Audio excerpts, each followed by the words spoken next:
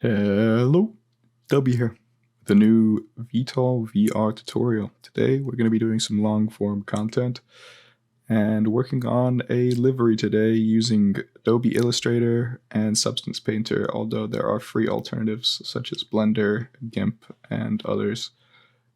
So to start, we got to figure out what livery we're going to make. So today I think we're going to do a Suisse F5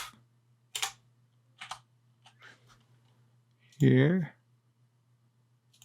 And to start, we need to, figure out what jet we're going to make. So whether that's from a video game or a movie or real life, we got to find some pictures of it or some reference material. So we got to figure out what we got to make. So I'm going to download a couple of these pictures here. They're pretty good. We're going to be making a T55 livery today. All right. Once you have a bunch of pictures of the jet that you're trying to make, we can start to make a list of the decals that we're going to need for our livery. So, for example, here we're going to need this big Swiss plus here. We're going to, I guess, plus cross, Swiss cross. We're going to need this decal here, all of these ones. I've started making this triangle here. We've got the roundel here that ends up on the wings. We're going to do a variation of this, which is actually down here on this model. It's quite low res. Oh, there we go. There's the resolution. So we're going to do this variation here. We're going to need to make all of these decals up on the nose and on the intakes here. So we're going to come back once we have some of the decals made, and we'll explain how we made it. Okay, now we have some decals made.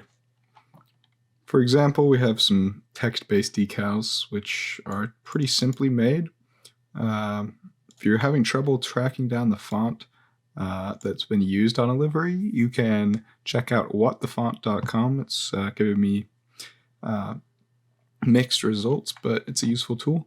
So we've got a bunch of decals here. Another version of this is a texture here. So for example, this would be an alpha. It's monochrome. This would be a texture because it's got the two colors on top of each other. You could technically make this with an alpha, but I chose to do it as a texture. This would be another example of a texture, multiple colors layered on top of one another. Sometimes it's easier to place things as a texture, and sometimes it's easier to place things as an alpha, so you'll get used to that as you make some liveries. I got a bunch of symbols here in decals, and we're going to start to export these out and get them into Substance Painter here. So to start, let's export a texture. You're going to export textures and alphas slightly differently. So we're going to collect this for export as a single asset, and we're just going to call this Swiss roundel, and let's grab that. I'm going to export that to this folder that I've created. Right, and that's pretty straightforward. But for a alpha, what we're going to have to do is create a black square. I'm going to change the color here over to black, and then the final thing that we're going to do is drag this layer all the way to the bottom of this folder here. All right, now it should be behind everything. I'm going to throw this where we've got some space. And for example, the plus sign here, or the Swiss cross, we will collect both the black square and the cross as the export. And then we'll export this as Swiss cross. And that's an alpha. And we're going to have to do this for everything. So everything with multiple colors, such as this, is going to be a texture, and everything with a single color, which is white, is going to be exported as an alpha. So we'll see it over in Substance Painter to create our project. All right, let's head into Substance. Let's open it up and get rid of this window here. And now we're wondering, what do we do? Let's go and find the FBX files in our VTOL VR directory. Go to the livery references if we're looking for the AV42C, F45A, or the 26B. Otherwise, if you own the DLC, you can head into the DLC folder, and in these two numbered folders are the FBX for the T55 and the AH94. So we're simply going to drag this 3D object file .fbx file into this window here. We're going to see a new project window pop up. We're going to leave this one blank. We're going to save this wherever we'd like our project for the substance to save. We're going to make sure the document resolution is 4096. OpenGL is our normal map format, which it should be. And go ahead and click OK. Then we'll have a 2D and a 3D version of the model pop up. I'm just going to slide this over. I don't use the 2D version much. There may be some specific cases that I do. So yeah, we've got a new project here. We can now create new layers and start painting around on the jet. So let's go over some of the layers real quick. We've got two main types of layers that we're going to be using. We've got the fill layers and the regular layers. You can see where my mouse is right now, up in the top right. Go ahead and add a layer. This is a layer you can draw on. So this is me painting white on the jet. Otherwise, you can fill the entire layer here. And we can make this whatever color we want, and it will change the entire jet's color as long as there's nothing on top of it, right? So you can change the base color. So we'll just set this here, and we'll hop into a pre-made project that I have where we're going to discuss some of the organization of the layers and what I do. Not what you need to do, but what you could do to organize yourself a little bit better in Substance. All right, so this will look similar to the project we just made, except you'll notice that this has all the nuts, bolts, and panel lines on the jet. This is the T55 detail layer. We have access to this one and the F45A detail layer. These will be in the description of the video. For anybody wanting them, you'll notice that there's an overlay here on the nose cone. This is in fact what the game does. We don't have any control over this other than creating a darker base layer, which I can kind of show you. If I make it dark enough, it'll go away. But let's just say I wanted to make it this dark. I could then go in on one of my other layers with a lighter brush, just say white. And you can see that I can actually get lighter. So if I was to dial this in a little bit, I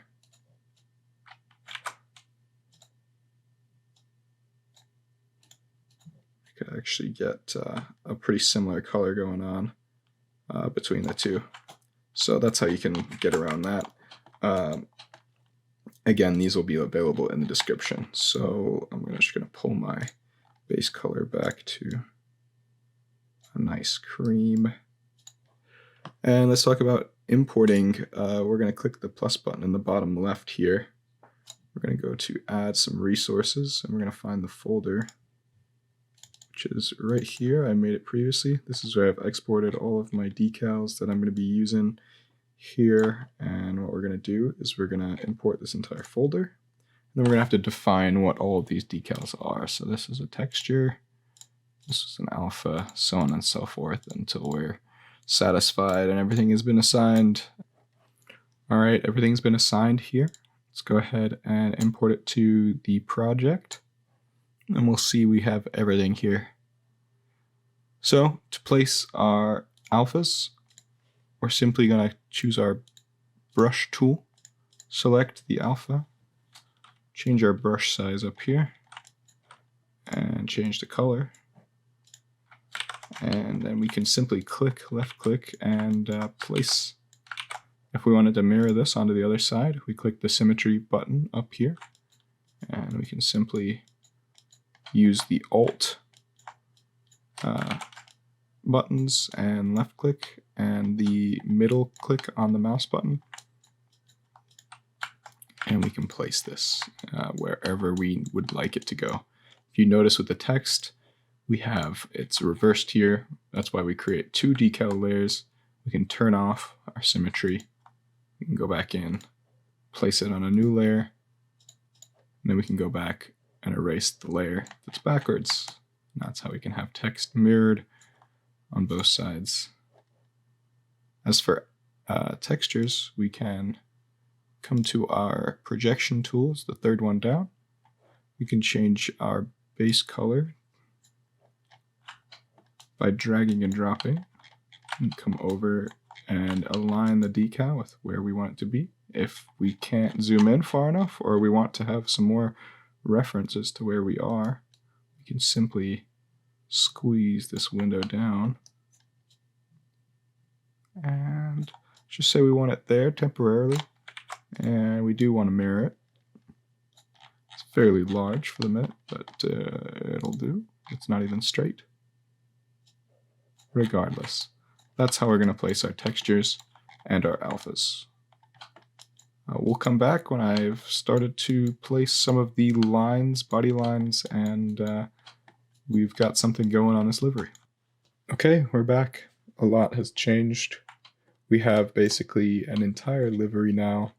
Just wanted to go over some things that I didn't touch on the previous segments of the video.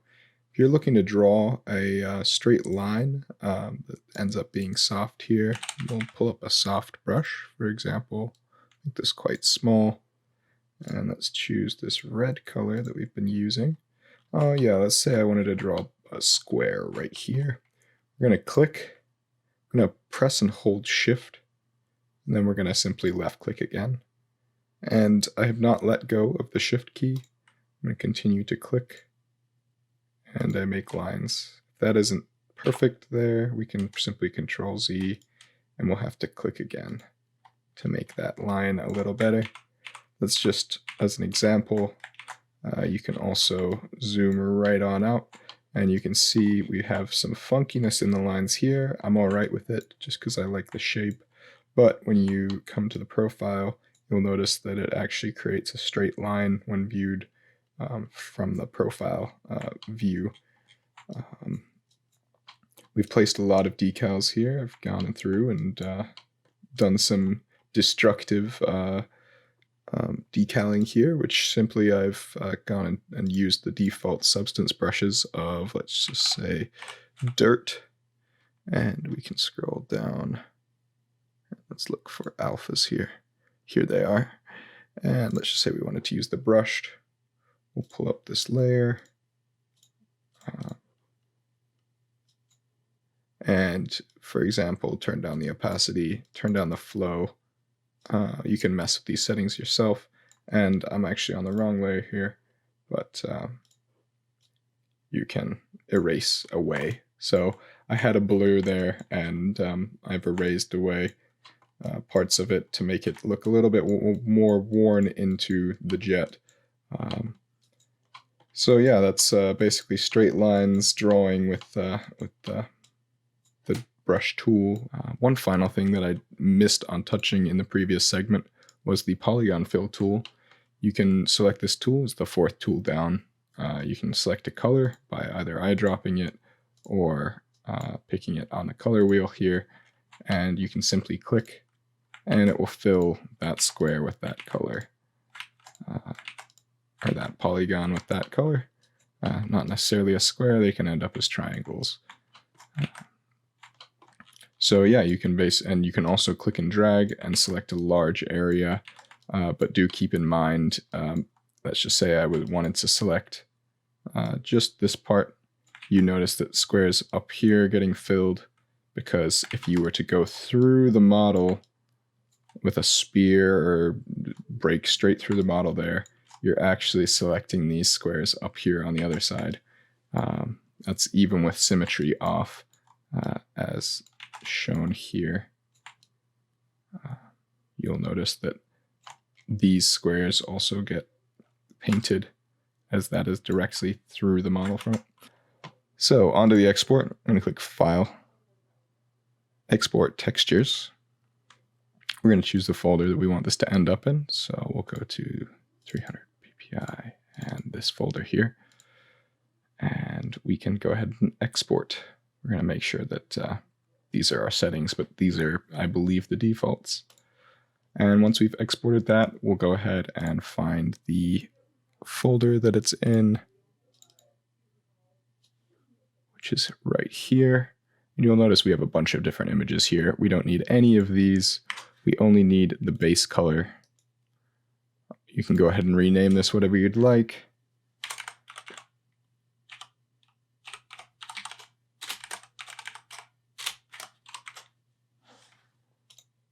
All right, and yeah, this is the 2D version of what we have just made. So I'll see you guys over in Photoshop. This step is not necessary, but I have worked it into my workflow, as it is something that I started doing with the FA26B.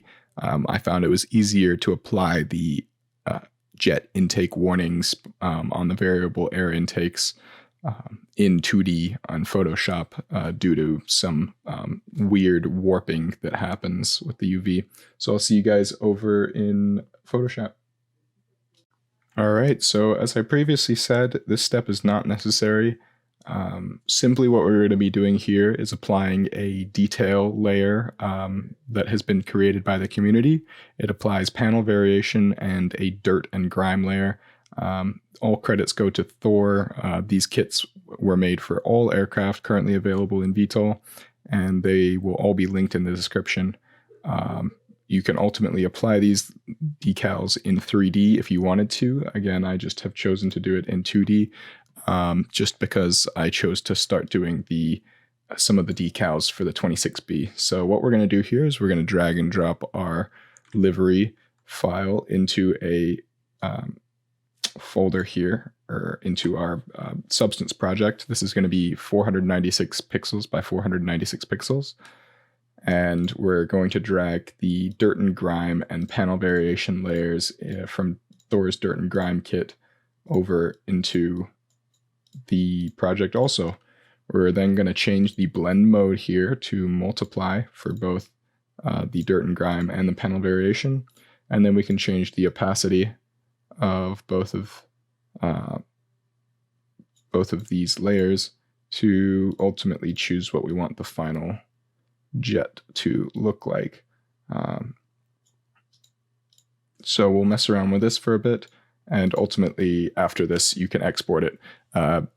Just to reiterate, the step is not necessary. You can go straight to the uploading stage if you do not want to apply the dirt and grime layers, and you can also apply the dirt and grime layers in 3D. This is just how I have chosen to do it. So we'll see you over in VTOL once we have the final livery file that we want to upload to the game. All right, we're in VTOL, finally. When you launch the game and you look at your monitor, you'll be able to see some buttons down here in the right corner. I'm going to go ahead and open up the mission editor here. And then we're going to click on the green liveries button. Next, what we're going to need to do is open up File Explorer and navigate to our VTOL VR directory. Then we're going to find the folder called Editor Resources. And we're going to create a folder here called Livery Assets. I've already created one. You don't have to call it Livery Assets. You can call it whatever you'd like. And this is where you can upload all of your liveries just to keep them consolidated. And it's in a folder that's clearly named so you know where they all are. Then what you're going to want to do is you're going to want to find your livery, the final upload that you want to do, and you can copy this in here. One thing that you may have to do after using Thor's Dirt and Grime kit is resize the image. So for example, for our Suisse F5, what we can do is open up the image in Windows Image Viewer here, click these three dots, click Resize Image, go to JPEG, and go to 100% quality. You'll see it'll drop it from 15.3 megabytes in a PNG format to 7.6 megabytes in a JPEG format. I'm going to go ahead and save this as the same name. It will be a different file extension, so it can be the same name. The maximum size that you're going to be able to upload to the game is 10 megabytes, so you're not going to want to go above this, so that's why we had to do that. So now that that file is in the game's directory, we're able to create a new livery. We're just going to call this whatever. We'll call this F5. Perfect. All right, and this is just the file name. This is not going to be seen anywhere other than by you on this list here. and it'll be what the file is called when it's uploaded to Steam Workshop. But again, nobody will see that. So this is for the T55. We're going to select the T55. We're going to call this. This is what the workshop listing is going to be called. And we're actually going to check the number here. It's going to be 3083. This is just my naming scheme here. You do not have to follow this. Name this whatever you want. And once you've got this all figured out, you can go and get ahead and give it a description. It also needs a description. You can say this is a Suisse F5 for right now. And then what you're going to do is click on this blue select texture button. You're going to navigate to your livery assets folder in your editor resources. And you're going to go ahead and find that Suisse F5. So it looks like it's going to be the JPEG. And that's what the livery looks like in the preview window. So you can go ahead and save this. And then you can upload it by clicking Upload to Workshop. So let's go over the workshop visibility settings here. So we've got 4 of them. We've got public, private, unlisted, and friends only. So to start, public. This, when you upload this to the workshop, anybody will be able to see it on the workshop, and also on the in-game livery viewer. They'll be able to download it and use it themselves as they wish. Private is the next one. Private's going to mean that nobody else in the game can see your livery except for you. Nobody will be able to download it or see it in the game. So if you're wanting other people to see your livery but not download it, you're going to want to use the next option, which is unlisted. So an unlisted livery means that other players in the game are able to see the livery, but other players aren't able to download it unless they have the workshop link. Now, the only way they can get the workshop link theoretically is from you. So be careful with who you give that link to. If it's a livery you've put a lot of time into and you don't want other people using. Finally, you've got friends only. When you upload this, it'll just be visible on the workshop and the livery viewer browser for Steam friends only. That's pretty straightforward. So main ones we're going to be using here are unlisted and public, depending on who you want to use it and who you want to see it. So for example, this one, we'll be doing it as public. You can click upload and it'll go through a loading animation such as this. And once it's done, it'll give you a complete, if this is your first time uploading something to the Steam Workshop, you're going to want to go to the